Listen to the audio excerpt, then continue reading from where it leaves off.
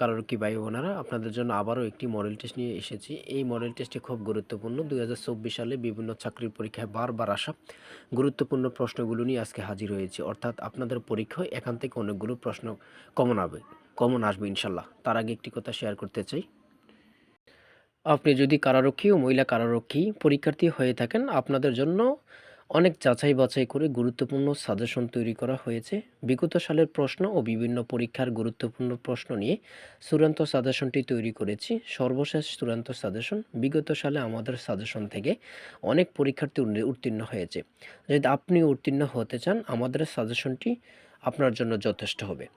অধ্যায়ভিত্তিক suggestion, কোনো এলোমেলো প্রশ্ন নেই।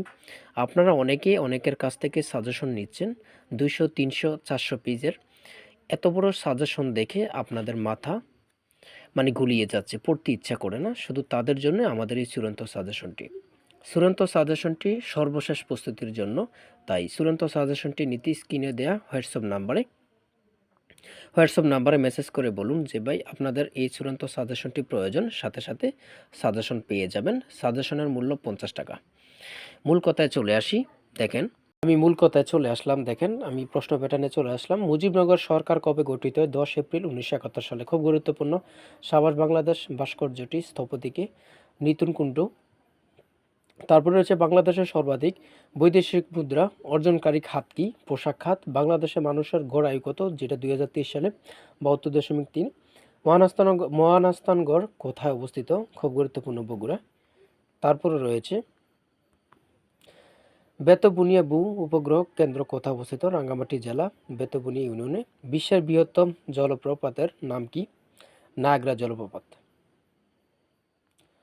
ব্রাজিলের রাজধানীর নাম কি? ব্রাসিলিয়া। বিশ্ব স্বাস্থ্য সংস্থা WHO সদর দপ্তর কোথায় অবস্থিত? Geneva, Switzerland. তারপরে রয়েছে জাতিসংঘের টেকসই উন্নয়ন লক্ষ্য কয়টি? 17টি। গুরুত্বপূর্ণ। আয়তনে পৃথিবীর সবচেয়ে ছোট দেশ কোনটি? Vatican city. অনেক চাকরি পরীক্ষায় এই প্রশ্নটি এসেছে। রেড ক্রসের সদর দপ্তর কোথায় অবস্থিত? Geneva, Switzerland. রেড ক্রসের সদর দপ্তর হচ্ছে জেনেভা, সুইজারল্যান্ডে। আলফ্রেড নোবেল কি আবিষ্কার করেন? ডিনামাইট। সঞ্চয়িতা কোন কবির সংকলন? রবীন্দ্রনাথ ঠাকুর। আমার দেখা নয়াচিন কে লিখেছেন? খুব গুরুত্বপূর্ণ, এটা কিন্তু অনেক চাকরি পরীক্ষা এসেছে। আমার দেখা নয়াচিন কে লিখেছেন? বঙ্গবন্ধু শেখ মুজিবুর রহমান। হয়তো আপনাদের পরীক্ষায় এই প্রশ্নটি অবশ্যই আসবে। প্রথম বিশ্বযুদ্ধ কত সালে শেষ হয়? 28 জুন 1919 সালে। তারপরে বেবিলনের ঝুলন্ত উদ্যান কোন দেশে অবস্থিত? ইরাক। খাদ্য ও কৃষি সংস্থার প্রধান কার্যালয় কোথায় অবস্থিত? Rome, Italy. তারপরে রয়েছে প্রতি বছর আন্তর্জাতিক পরিবেশ দিবস পালিত হয় কখন বা কত তারিখে? 5 জুন। 5 জুনে আন্তর্জাতিক পরিবেশ দিবস পালিত হয়। তারপরে রয়েছে বঙ্গবন্ধু কখন পূর্ববঙ্গ নামের পরিবর্তে বাংলাদেশের নামকরণ করেন? 5 ডিসেম্বর 1969 সালে। গুরুত্বপূর্ণ। 5 ডিসেম্বর 1969 সালে বঙ্গবন্ধু পূর্ববঙ্গ নামের পরিবর্তে বাংলাদেশের নামকরণ করেন।